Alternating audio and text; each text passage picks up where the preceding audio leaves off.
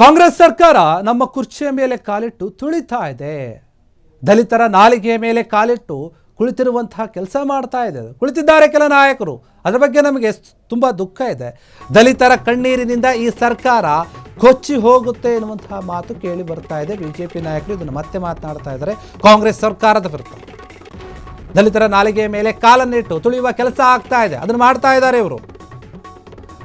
ಹಿಂಗೆ ಆದ್ರೆ ದಲಿತರ ಕಣ್ಣೀರಲ್ಲಿ ಈ ಸರ್ಕಾರ ಕೊಚ್ಚಿಕೊಂಡು ಹೋಗುತ್ತೆ. ಚಿತ್ರದುರ್ಗದಿಂದಲೇ ಸರ್ಕಾರದ ಹೋರಾಟ ಆರಂಭ ಆಗ್ತದೆ.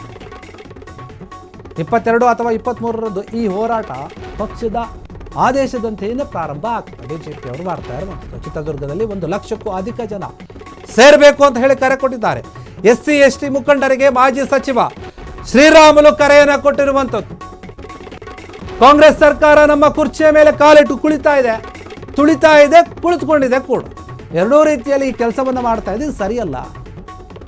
ದಲಿತರ ನಾಲಿಗೆ ಮೇಲೆ ಕಾಲಿಡ್ತಾ ಇದ್ದಾರೆ. ಏನಿದು ಸರಿನಾ ಅಂತ ಹೇಳಿ ಪ್ರಶ್ನೆ ಮಾಡ್ತಾ ಇದ್ದಾರೆ. ಭಾರತೀಯ ಜನತಾ ಪಾರ್ಟಿ ಇಡೀ ರಾಜ್ಯದಾದ್ಯಂತ ಇವತ್ತು ಒಂದು ತೀರ್ಮಾನ ಅಂದರೆ, ಅನೇಕ ದಿನಗಳಿಂದ ಜನರಲ್ಲಿ SC ST ಜನಾಂಗದ ಜನರಲ್ಲಿ ಭಾಳಷ್ಟು ಗೊಂದಲ ಇತ್ತು.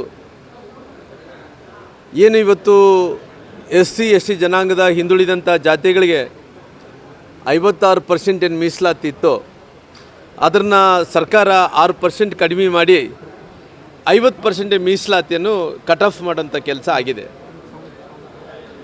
ಬೇರೆ ಬೇರೆ ಕಾರಣಗಳಿಂದ ಕೋರ್ಟ್ಗೆ ಹೋಗಿದ್ದಾರೆ. ಕೋರ್ಟ್ ಮುಖಾಂತರ ಅಲ್ಲೇನೋ ಪಾರ್ಷಲಿ ಸ್ಟೇ ಆಗಿರೋ ಕಾರಣ 50% ಮಾಡಿಕೊಂಡು ಸುಮಾರಾಗಿ 50,000 ಹುದ್ದೆಗಳನ್ನು ನೇಮಕಾತಿ ಮಾಡೋಂಥ ಕೆಲಸ ಆಗ್ತಾಯಿದೆ.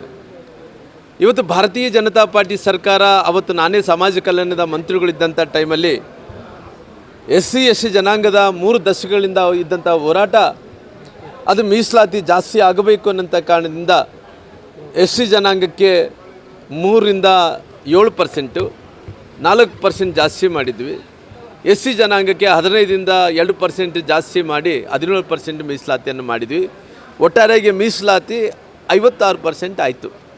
56% ಮೀಸಲಾತಿ ಆದ ನಂತರ ಇವತ್ತು ಬಾಬಾ ಸಾಹೇಬ್ ಅಂಬೇಡ್ಕರ್ ಅವರು ಬರೆದಂಥ ಸಂವಿಧಾನದಲ್ಲಿ ಏನು ಜನಸಂಖ್ಯೆ ಆಧಾರದ ಮೇಲೆ ಮೀಸಲಾತಿ ಕೊಡಬೇಕು ಅನ್ನೋಂಥದ್ದು ಕೇಂದ್ರ ಸರ್ಕಾರ ಕೊಟ್ಟಿದೆ, ರಾಜ್ಯ ಸರ್ಕಾರ ಕೂಡ ಕೊಡಬೇಕು ಅನ್ನೋಂಥದ್ದು ಇವತ್ತು ಎಲ್ಲ ಚರ್ಚೆ ಮೇರೆಗೆ ಅವತ್ತಿನ ಸಂದರ್ಭದಲ್ಲಿ ನಾಗಮೋಹನ್ ದಾಸ್ ಅವರು ವರದಿಯನ್ನು ಏನು ಅವತ್ತು ಅನುಷ್ಠಾನದಲ್ಲಿತ್ತೋ, ಅದನ್ನು ಅನುಷ್ಠಾನದ ಮಾಡಿದಂಥ ವರದಿಯಲ್ಲಿ ನಾವು 56% ಮೀಸಲಾತಿಯನ್ನು ಹಿಡ್ಕೊಂಡು SC ST ಜನಾಂಗಕ್ಕೆ ಮೀಸಲಾತಿ ಜಾಸ್ತಿ ಮಾಡೋಂಥ ಕೆಲಸ ಮಾಡಿದ್ವಿ. ನಂತರ ದಿನಗಳಲ್ಲಿ ಸರ್ವಪಕ್ಷಗಳ ಸಭೆಯನ್ನು ಕರೆದು ಎಲ್ಲರನ್ನ ಮಾತಾಡಿಸಿ ಎಲ್ಲರನ್ನೂ ಒಪ್ಪಿಗೆ ಮೇರೆಗೆ ಸದನಕ್ಕೆ ತೊಗೊಂಡೋಗಿ ಕಾನೂನನ್ನು ಮಾಡಿ ನಂತರ ಅದು ಮೀಸಲಾತಿಯನ್ನು ಜಾಸ್ತಿ ಮಾಡೋಂಥ ಕೆಲಸ ಮಾಡಿದ್ವಿ.